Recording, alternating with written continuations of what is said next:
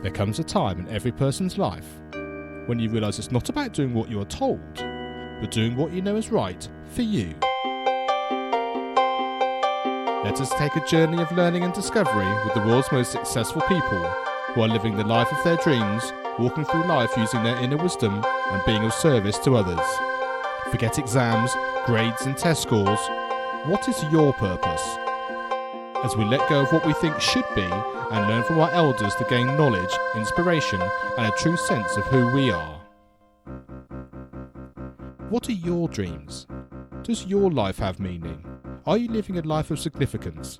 Let's talk with today's guest. Hello, my name is Mark Taylor and welcome as we spend some more time together on the Learning on Fire podcast. Today I'm talking to Davide Di Giorgio. Hi David, thanks for joining me and let's explore the journey of who you are. Thank you so much for having me. So who am I? My goodness. I'm this interesting mix of originally a theater producer, musical composer.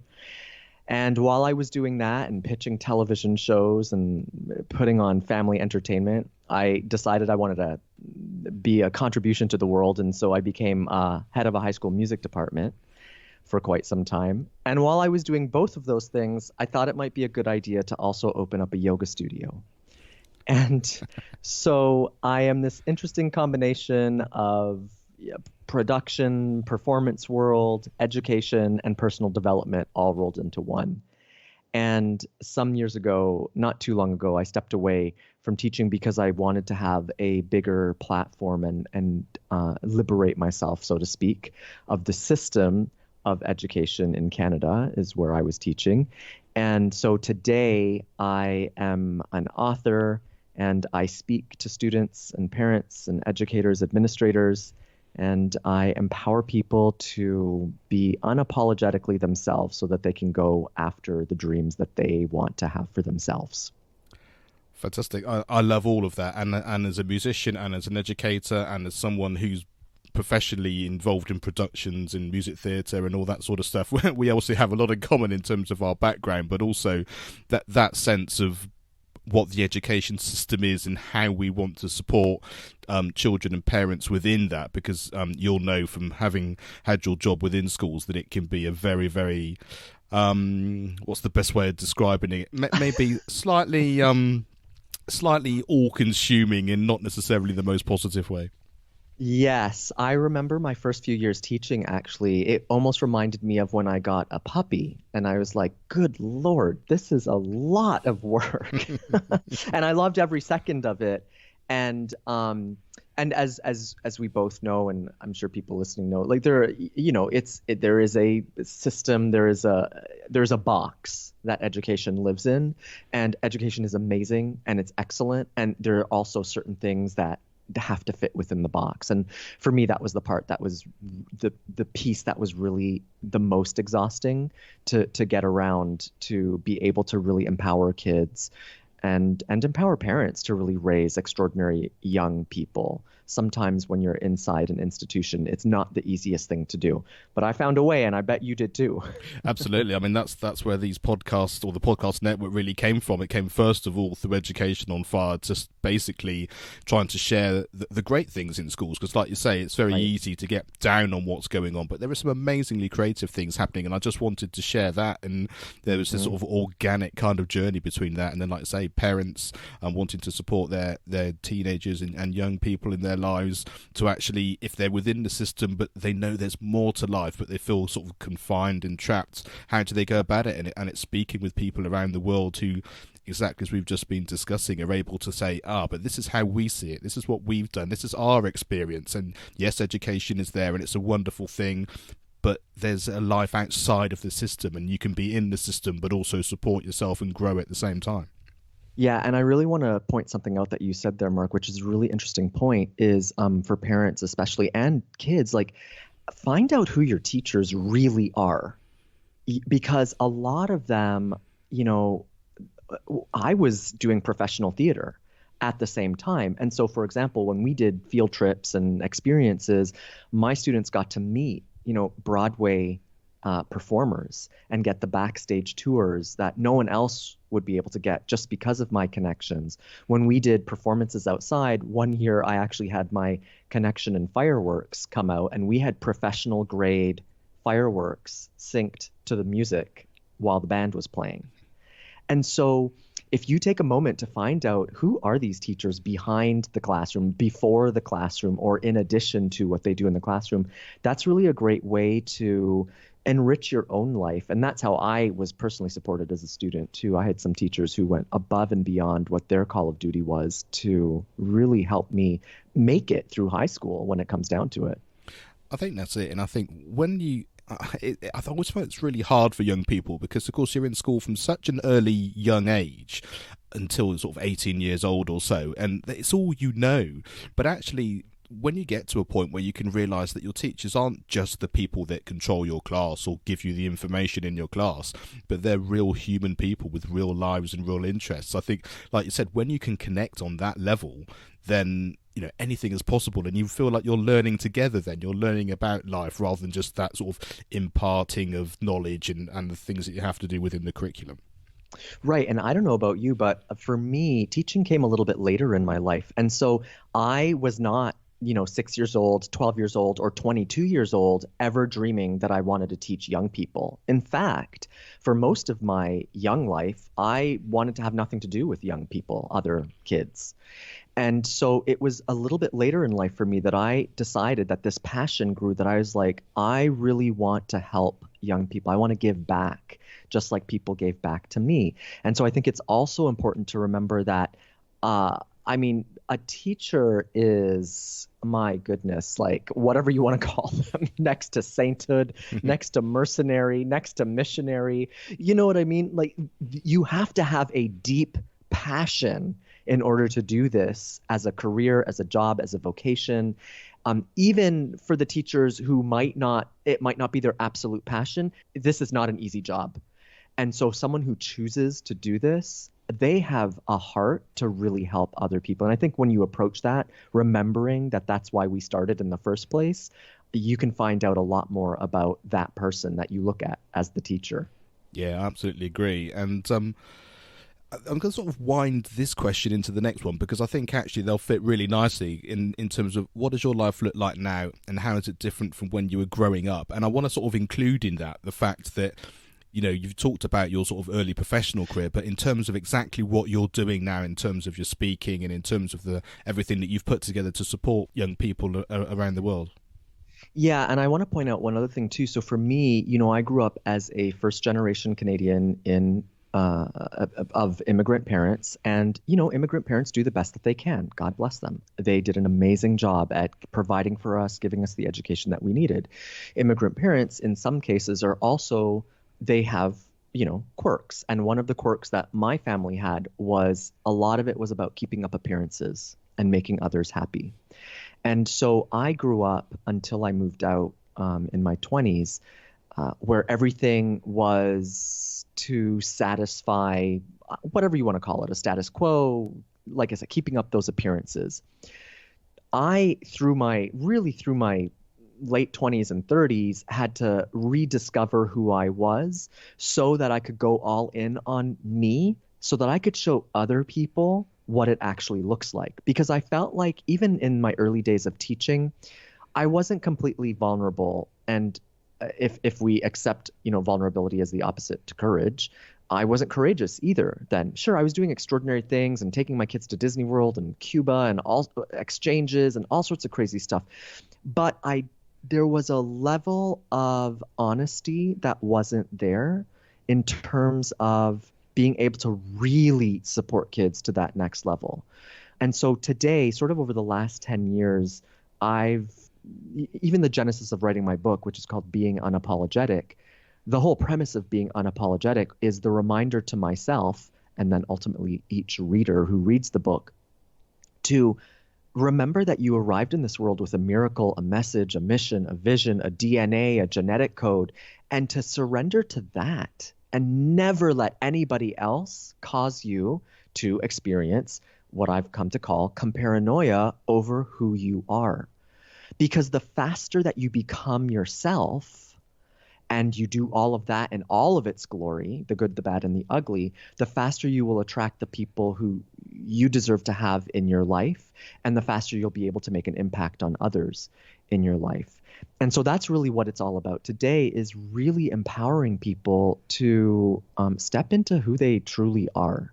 And I use all sorts of different ways to do that, but that's really become the platform and why I'm so obsessed with helping people to overcome comparanoia, because I've seen that it has become the thing that really stops people from going the distance. And I started this study in my professional career as a theater producer, as a composer, musician, where I started to observe musical theater is a very bizarre art form, just like opera.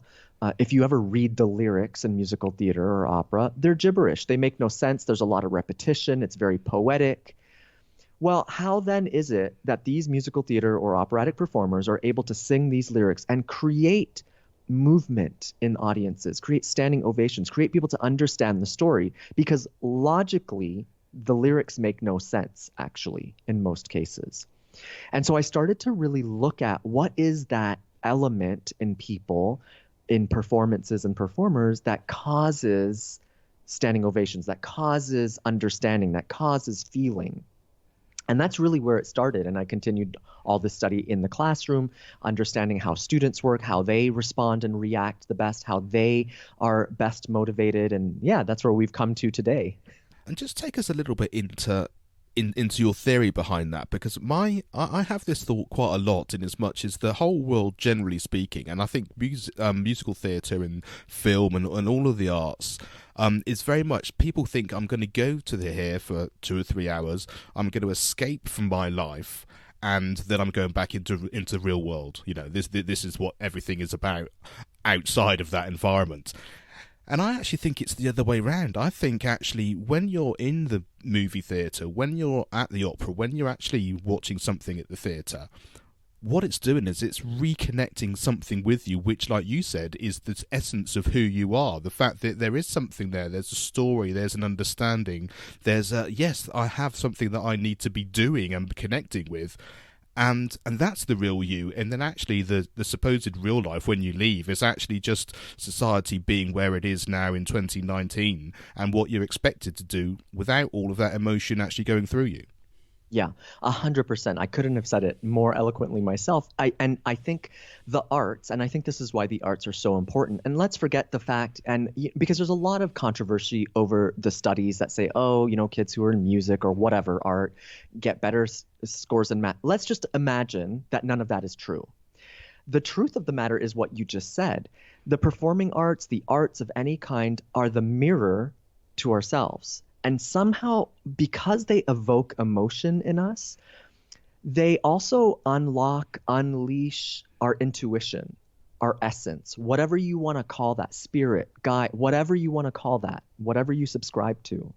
And it's in that a little piece of us comes out. And you're right, when we go into the real world, our jobs, even at school or whatever, sometimes we just go through the motions because that's the system that has been set up. But what would become possible if we allowed ourselves to just be who we are meant to be, to discover the real essence of who we are, to discover our real talents and to nurture those things instead of trying to do all the other things to check the boxes of life? I really do think that actually it's a much easier place to start from, even if you're purely in your head thinking about these things. That actually, if there's a truth and there's a knowing inside you, which we all know is the case, I think, if you're still enough for long enough, to have that sense of, this is what I'm passionate about. This is what I love. I'm drawn to this, and I can't even maybe understand why, why I'm connecting with this person or whatever it happens to be.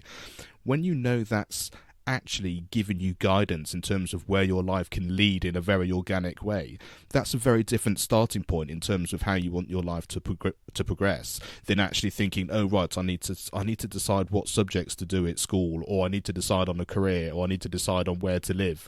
And you can see why people get so frustrated in that, because there's no answer to that, because you have no guiding light to know what to do with it. Right. And so I want to point out two things. It's so interesting. I love this conversation. This is what happens when two music teachers get together, right? Yeah. So one is, Simon Sinek, a brilliant, extraordinary man. And when he came out with the whole Start With Why theory, great. He wrote the book. It became very successful. And then everyone said, we don't understand Simon. So then he had to write the second book, which explains the theory a little bit more. And essentially what he says in the second book is, how you discover your why is you find out who you are. And I think that's very, very telling. And as I've worked with speakers, performers, presenters for my whole life, for like over 27 years now, I understand that who you are is the key to moving people into action or not. So I think it's really important to be able to surrender to that fact that you're just going to be, like you said, just follow your intuition. And why do we need to have the answer to everything all the time? You know what I mean? Like, so we both have experienced this as music teachers.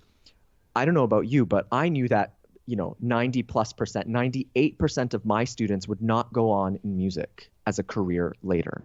Not realistic. No, absolutely. And I was thinking, even in terms of when I've been teaching drums and percussion and that kind of thing, even when you actually come across and you have the great opportunity of speaking with or teaching someone who has an amazing gift, even then they don't necessarily go on to do it, purely because they may be highly talented across so many different avenues, and it's only them that they struggle because they have so many options in terms of loving music, loving the arts, loving the academic side of things, and end up being doctors and all that kind of thing, and they sort of struggle because they've got so many different things that they can sort of a whole world of things they can enter into.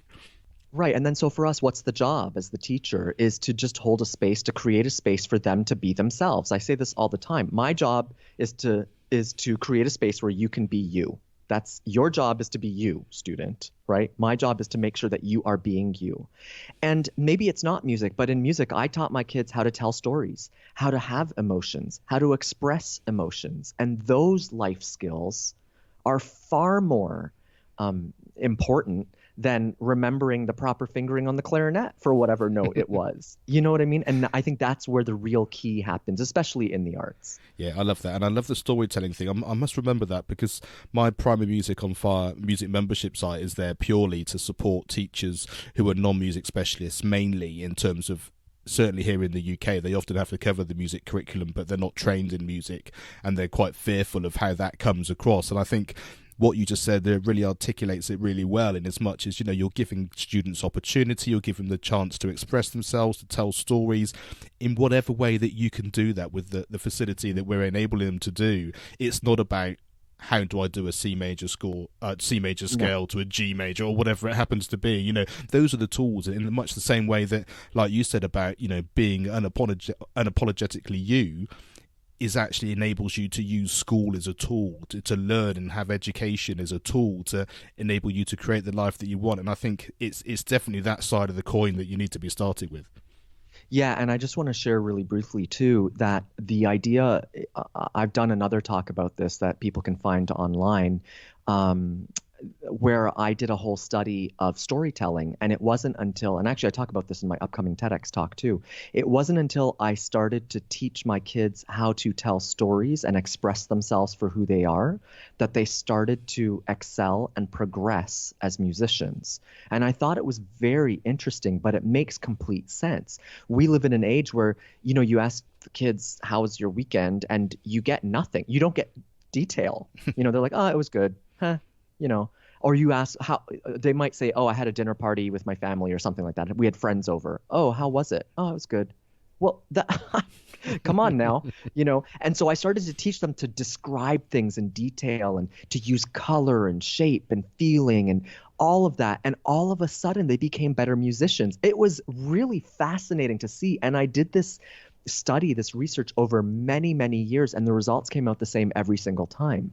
So I really want to empower those teachers who might not feel, who have their own comparanoia about teaching music because they're not specialists, that music is just the delivery, is just the tool itself. But there are so many other skills that you have to teach students in order to be able to really enjoy and love music in the first place. Yeah, I think that's absolutely true, and that's one of the things that I say over and over and over in our community is the fact that you already are the teacher. You already have the skills and the connection and the relationship with the children, which is the most important thing. And like I say, music is the tool. Music is the way of expressing in this particular scenario. But actually, you have the best way of being able to get them, to draw them out to do that. And I've mentioned before on the podcast is the fact that young people have many different ways to express themselves and obviously find it very hard often to articulate it in certain ways. And it was only when I had the opportunity to be a musician while I was still at school that I kind of felt that I found my voice. It was that kind of sat behind a set of timpani performing. I thought, do you know what? This is me. This is what I do, and I can create this note, and it has everything which is the essence of me, like we were talking right at the very beginning, coming through in that one particular phrase. And that just means that you can connect with yourself in a way where there's something more that you want to then go on and discover as you start to grow. And I think wherever you can do that, depending on what your specialism is and how you come in contact with young people, if you can get that across, then you really are making a massive difference in everyone's lives. Exactly. And like what you just said, really at the end of the day, this is what I discovered as a teacher for the years that I've done it, is that all they want, all students, kids of any age, any student just wants your time and attention. That's it. You give them your attention and you will have whatever you want to say about it, won the game far more than you delivering more content. Yeah. Well, I think everyone listening will hope that their school experience was what we've just been describing, because I think it would be fantastic if everyone had the opportunity to do that. But tell me about your school experience, and what did you find valuable about it when you were going through the system? I had my horizons expanded, opportunities that I would never have had as an immigrant, first generation kid came to me. The theater, the art, the travel, performance.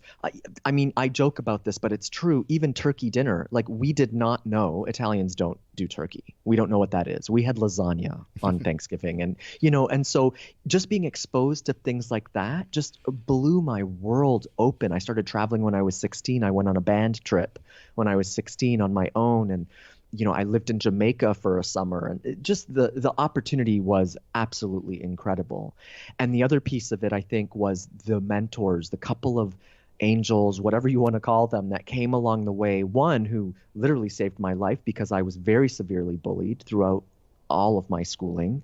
And so there were just a couple of people who saw that I had something. And, in my senior year of high school, when I said, I just want to be in the musical this year, the previous year I had been a musical director for us. I just want to perform with my friends. I'm aging out, so let me just have fun. And two of the teachers who were producing the musical came to me and said, we have a better idea. You're going to write the musical. And I thought, I don't know what that means, but okay. And there I was, 19 years old, as a published Canadian composer, because they believed in me. And so that would never have become possible had I not been in this amazing thing that we've created called the school system. Yeah, and that's why I'm such a big advocate of the arts and a broad curriculum, because like you say, it's only having all those experiences that enable each of us to find our path, and I hope that we do start to head back in that direction rather than just the focus on the STEM subjects, which, while they're incredibly important, is only a small fraction of what actual real learning is for everybody. So fingers crossed that people start to hear conversations like this and really understand why it's so important, even though it's much harder to quantify. Mm-hmm. Yes. Which teachers do you remember and why? And I guess some of those are going to be, like you say, the people that are related to your musical journey. Yeah, and Mr. Toss, Mr. Gorman, the producers of the musical at my high school, they, and I just want to point out, Mr. Toss was not a music teacher. Mr. Gorman was the drama teacher. Mr. Toss was a science teacher, and he sat with me during spring break every day in the music room, and he mentored me to write 10 songs that became the musical that year. So just amazing. And I just want to put the other side too. I also remember, for example, in kindergarten, the teachers who paraded me around to other classrooms after my girlfriends had dressed me up as a grandmother. And so I just want to put this out there that teachers, we have a very critical role in a young person's life. And here I am in my 40s, and I still remember those teachers and what they did, not maliciously. It was cute, it was funny. Well, that single act caused me to become famous in school, not for the right reasons. And that followed me for the next 20 years. And so I just want to empower, like, the conversation of bullying is such a big one nowadays. And while there are some people, believe it or not, who don't believe it's a thing, and we're just raising entitled kids, the fact of the matter is, what I've seen in my own research is that kids who are bullied, if they don't resolve their issues, grow up to be teachers, parents, mentors who bully other kids. And I think it's really important to remember that, we have a big responsibility.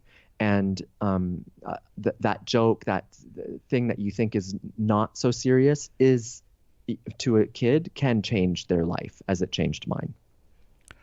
I think that's really, really important and very impactful for people listening as well. And I think we can probably, for every teacher that we thought was a positive mentor in that kind of giving us the sense to connect, like we've chatted about before, I think we can probably also have maybe more than one teacher that, like, say, yes, presented a scenario, had a quick comment, gave us the impression that actually the opposite is very much true as well. And I think that's a really important thing to remember. And I think, like I say, they both have an impact, both positively and negatively. Yes. Who did you admire when you were young, and what was it about that person that had such an impact? So I love this question, and it comes up now and then in my world. And this is not an ego answer, but it's myself.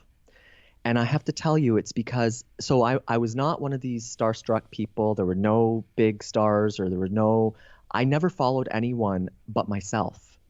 And I think this is part of the reason, or part of my struggle growing up with the bullying, is that I didn't follow the crowds. I was friends with everybody, even the kids who bullied me. I was just nice to everyone. And the reason I say today, why did I admire myself, is because somehow I was steadfast enough, I believed in myself enough to make it through. And I think we should be empowering more of our kids, and I mean even adults, to believe in themselves first. Because how could you possibly believe in anything or anyone else if you don't even believe in yourself first? And so it's really important to me to get that message out to people. It's like, find a way to believe in yourself, because it will change everything for you. When I started believing in myself, really, as an adult, everything changed. My business grew, my happiness, my relationship, everything changed. And so I think it's really important to be your own best ambassador and advocate. Yeah, absolutely love that. I think that's I think it's not one that we've heard before on the podcast, but I think it's a really, really important thing for people to think about. And I think everything that stems out of anything you want in life, it does start with you, and it starts with, like you say, looking after yourself, or self-love, or whatever it is that you want to call it, in the sense of it's only when you're in connection with that and you understand that everything else then becomes possible. You can put all the systems in place in the world to achieve anything, but a lot of it ends up being self-sabotaged if, like you say, if you don't start with yourself. Exactly. What's the best piece of advice you've ever been given, and who gave it to you? Find out who you are and do it on purpose. Dolly Parton. Not why, not what, not how. Who you are is everything. And I've spent my entire life figuring this out. I finally figured it out, and I've never been happier. So I encourage you to do the same. Love it. And what advice would you give your younger self now? You are ready right now. Celebrate all of you. And the right people, right opportunities, the right everything is going to come. But you are ready right now. I really think that's an incredible piece of advice. And I think so much of our system is based on, when we've done this, we'll be able to do that. Right. Yeah. When I've got this qualification, I'll do that one. When I'm older, I can do this. And so much of it is about living your best life now, at whichever age that happens to be. It might be when you're still a teenager or younger, or it might be when you're in your 20s, 30s, 40s, but you can only do now, which is the most important thing to remember. So you may as well enjoy it for the best possible way that you can. Yeah. What does your future look like? Gosh, well, my immediate future is this TEDx talk is about to launch globally, which is very, very exciting. And I'm working on a couple of other iterations of the book. So we're working on a version called Teens Being Unapologetic, which will feature a number of teens, first nationally, and ultimately we want to go global with it. And I'm rebuilding a relationship with an adopted son I have. And we're talking about traveling and touring North America to teach other kids what's possible for them and to show other kids who've gone through the foster system what is possible when they believe in themselves and have a mentor, or they choose that one person who's going to believe in them. And the future is just to share all of me, the entire story, so other people will see what it looks like. You know, this last year has been really a year of pulling back the curtain on my life and showing people the good, the bad, and the ugly so that they can be empowered to know that they too are ready right now to start sharing, to start empowering, to start leading their own movement, mission, and vision. And what podcast, book, video, film, or song, or any resources had the biggest impact on your life, and why was that? Yeah, okay, 3 quick ones. The Alchemist, Paulo Coelho. Now, I didn't learn it the first or the second time. In fact, after the second time I read the book to some of my students, I decided to move to the Arctic. So obviously I missed the message after the second time I read the book. But yeah, so it's all right here, right now. That's what I learned from The Alchemist. Finally, thank you, Paulo. It took me a few reads, but I got there.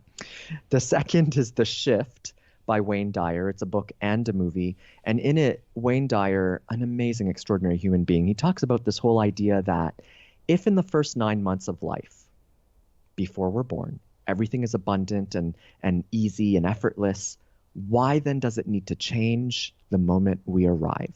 And that really shifted my own thinking. And I started to surrender more. And it's just a beautiful, beautiful message, beautiful book, The Shift. And then the Simon Sinek's and Brene Browns of the world, because they show me when you look at their talks and what they're doing in the world, that it's perfectly imperfect. It's not fully polished. There's no airs about them. They're just sharing who they are and what they believe. And oh my gosh, the impact they're making on the world. It's truly inspiring. And I am following, celebrating in their footsteps. I think if you come across all 3 of those things, then your life is going to look pretty spectacular. Like you say, if you start to understand it, if you really get to grips with it, if you allow it to seep into every pore of your skin, so that you can start to just live it for all the great advice that's there, and just the way that all these people actually are able to impart their knowledge, their understanding, their way of expressing themselves. I think it's a wonderful thing, and we'll have all links to all of these things on the show notes. So make sure you check that out at educationonfire.com. So you mentioned the TEDx talk, you've mentioned your book and all those things. Tell us exactly where people can find out more about all of these things and how they can follow your journey from here on in. Yeah, Being Unapologetic.com is the hub for everything. Simply beingunapologetic.com. Connect with me across all my social media. I actually do all my social media myself. If you message me, I will actually reply personally, and I love to connect with people. So I hope to find some new amazing people right there. Well, thank you, David, for sharing your wisdom and allowing us to learn from your wonderful experiences. Thank you, Mark. Thank you for listening to the Learning on Fire podcast. Remember to keep up to date with everything that's happening on the Education on Fire podcast network. You can sign up at educationonfire.com and enter your details to receive the latest information and episodes on the newsletter. If you enjoyed this episode, please tell your friends. The more we share, the more help and inspiration we can provide. Education is not the filling of a pail, but the lighting of a fire.